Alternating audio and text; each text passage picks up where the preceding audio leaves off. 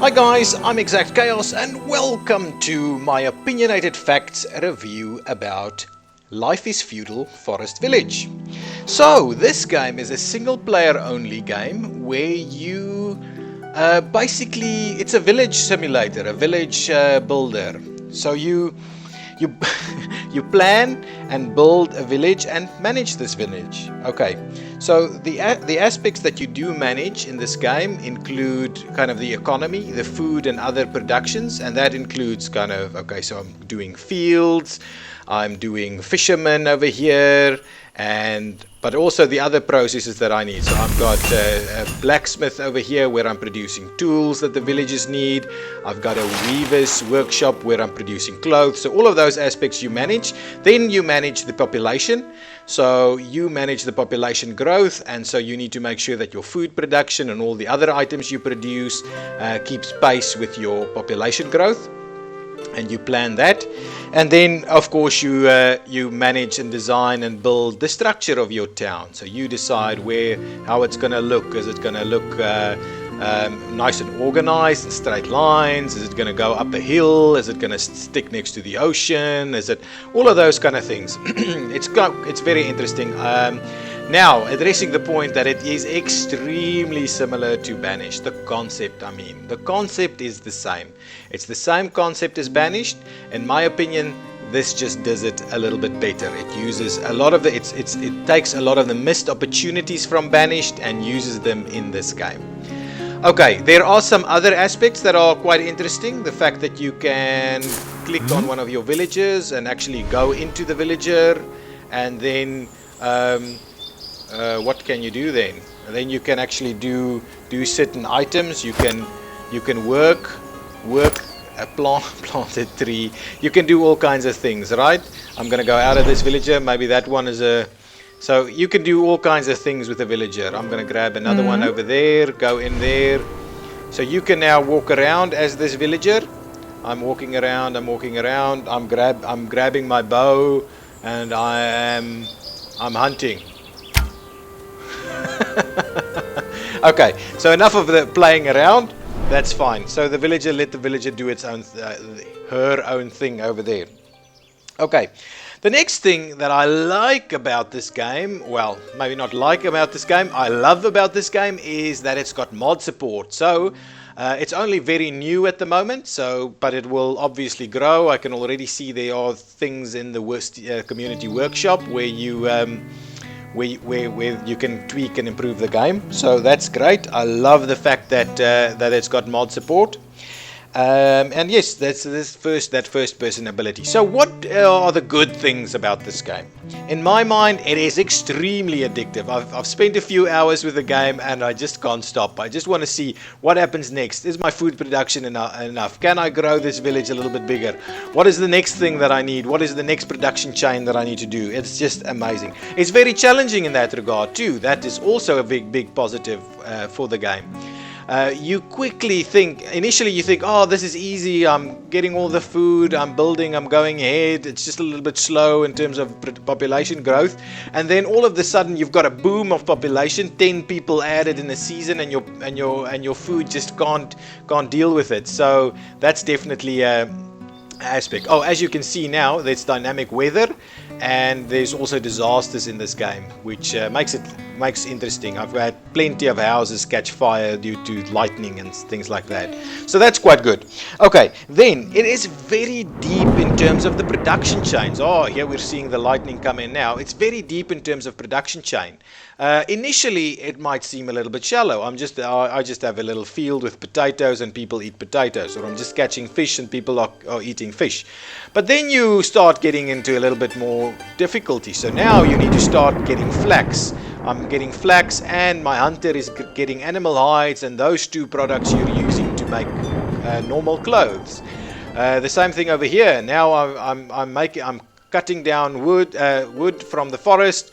I then need to make that into firewood. The firewood then needs to turn into charcoal. I use iron ore and charcoal to make what is this? Cast iron, and then cast iron is used to make tools, and so on and so on. So it's real complex production chains, and it takes a lot of people to manage that, and you need to manage the exact input of every the number or the kind of production value of each one of them to make sure you get in the end enough of each thing. So very good, very deep production chains, makes it very challenging.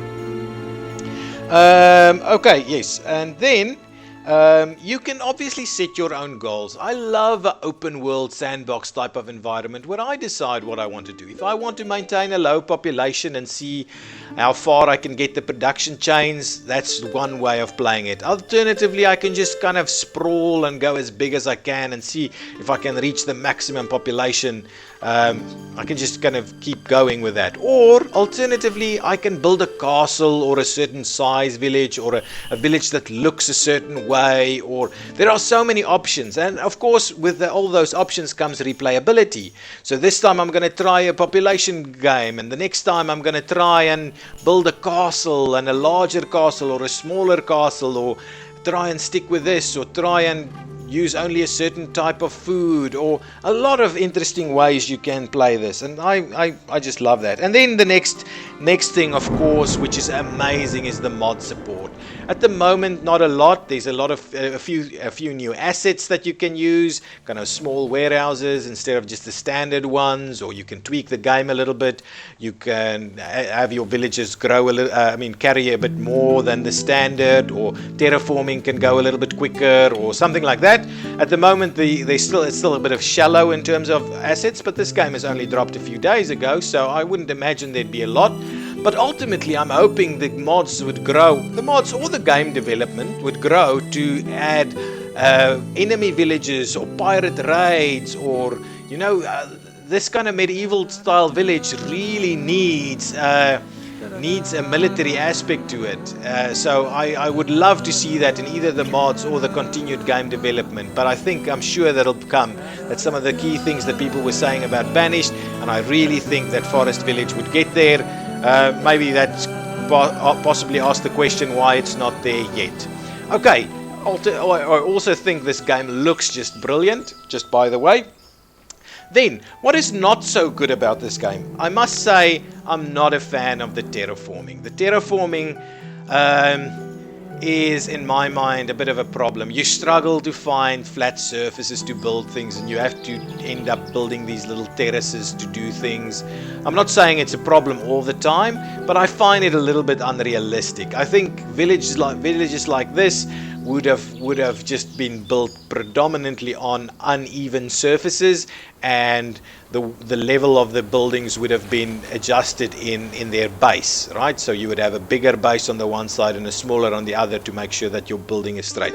So I don't necessarily think you would have terraformed to the extent, and I think you have the ability to terraform significantly, which is also not quite realistic, and it's a bit tedious, to be honest, to do the terraforming. So that's one of the aspects that I'm not a fan of, but it's not a deal breaker. I can live with it. I kind of manage it a little bit and make sure that I don't terraform too much and so on, but so it's not a deal breaker. I'm not a fan. Then the same thing, mods is also a bit of a negative aspect for me too. I love the fact that it's got mod support, but I am wondering, and there are a few other people that's saying this. I've read a few things about the game that's saying that, well, are these developers relying too much on modders? Are they just kind of putting the shell game in there and expecting the modders to change the game the way they want it, so that you end up with a million different varieties of how the game can be played, which is great, I think. I love that fact. But are the developers doing enough? Aren't they? Are they not maybe leaving a little bit too much to the modders? Also, not a deal breaker. Just one of the few little aspects that I think might go into the bad column when I'm reviewing or looking at this game. And really, apart from that, I don't see much wrong with this game. I love this game.